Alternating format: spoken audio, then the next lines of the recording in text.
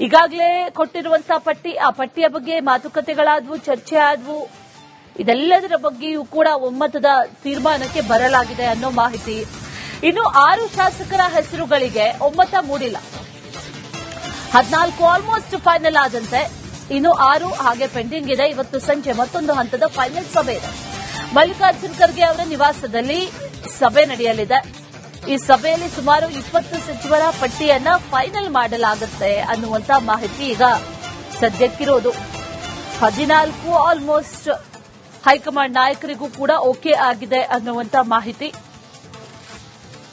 ಒಂದು ರೀತಿಯಲ್ಲಿ ಸಂಪುಟ ವಿಸ್ತರಣೆ ಕ್ಲೈಮ್ಯಾಕ್ಸ್ ಹಂತಕ್ಕೆ ಈಗ ತಲುಪಿದೆ ಅಂತ ಹೇಳಬಹುದು. ನಿನ್ನೆ ಕೆಸಿ ವೇಣುಗೋಪಾಲ್ ಅವರ ನಿವಾಸದಲ್ಲಿ ಹೈ ವೋಲ್ಟೇಜ್ ಸಭೆ ನಡೆಯಿತು. ಆ ಸಭೆಯಲ್ಲಿ ಸಂಭವನೀಯ ಸಚಿವರ ಪಟ್ಟಿಯ ಕುರಿತು ಚರ್ಚೆ ನಡೆಯಿತು.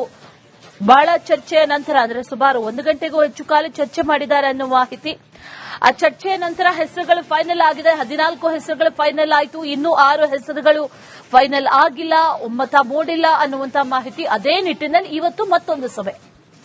ಇವತ್ತು ಮಲ್ಲಿಕಾರ್ಜುನ್ ಖರ್ಗೆ ಅವರ ನಿವಾಸದಲ್ಲಿ ಸಂಜೆ 4:30 ಸುಮಾರಿಗೆ ಒಂದು ಸಭೆಯನ್ನ ಕರೆದಿದ್ದಾರೆ. ಆ ಸಭೆಯಲ್ಲಿ ಫೈನಲ್ ಆಗಬಹುದು, ಉಳಿದಂತ 6 ಸ್ಥಾನಗಳು ಕೂಡ ಫೈನಲ್ ಆಗಬಹುದು ಅನ್ನುವಂತ ಮಾಹಿತಿ ಈಗ ಸದ್ಯಕ್ಕಿದೆ.